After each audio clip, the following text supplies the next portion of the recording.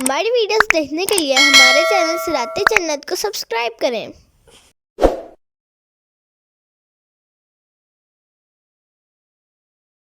سواء علیہم استغفرت لہم ام لم تستغفر لہم لن یغفر اللہ لہم ان اللہ لا یہدی القوم الفاسقین۔ ان کے حق میں برابر ہے کہ تم ان کے لیے استغفار کرو یا ان کے لیے استغفار نہ کرو، اللہ انہیں ہرگز نہیں بخشے گا، بے شک اللہ نافرمانوں کو ہدایت نہیں دیتا۔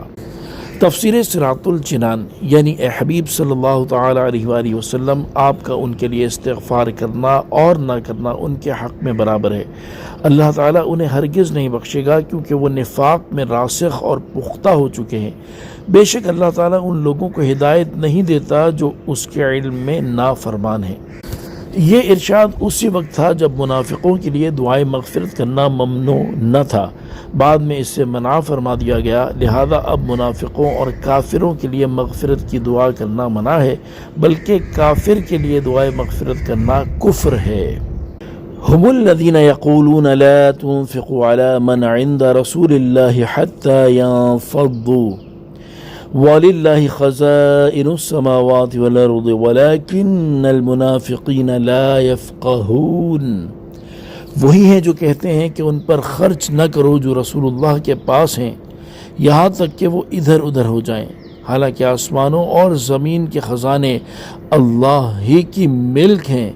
مگر منافق سمجھتے نہیں۔ تفسیر صراط الجنان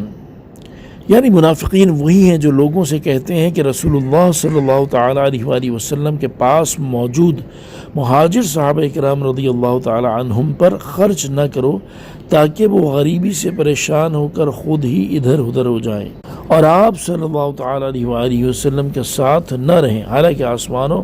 اور زمین کے تمام خزانوں کا اللہ تعالیٰ ہی مالک ہے اور در حقیقت وہی سب کو رزق دینے والا ہے۔ اگر لوگ ان پر خرچ کرنا بند کر دیں گے تو کیا ہوا، اللہ تعالیٰ انہیں رزق عطا فرمائے گا، مگر منافق یہ بات سمجھتے نہیں، اسی لیے وہ ایسی واہیات بکتے ہیں۔ نیز انہیں ابھی تک صحابہ کرام رضی اللہ تعالیٰ عنہم کے ایمان کی پختگی کا حال معلوم نہیں کہ وہ کسی بھی حال میں حضور اقدس صلی اللہ تعالیٰ علیہ وآلہ وسلم کا ساتھ نہیں چھوڑ سکتے، اور وہ یہ بات جانتے ہیں کہ ان کا رزق بندوں پر نہیں بلکہ اللہ تعالیٰ کے ذمہ کرم پر ہے، اور وہ اپنے رب عز و جل پر کامل بھروسہ رکھتے ہیں۔ آج کے بہت سے بد مذہب بھی اسی طرح کا عقیدہ رکھتے ہیں کہ حضور اقدس صلی اللہ تعالیٰ علیہ وآلہ وسلم کسی چیز کے مالک نہیں، حالانکہ کثیر احادیث اس پر دلالت کرتی ہیں کہ حضور پر نور صلی اللہ تعالیٰ علیہ وآلہ وسلم اللہ تعالیٰ کی عطا سے مالک کل ہیں۔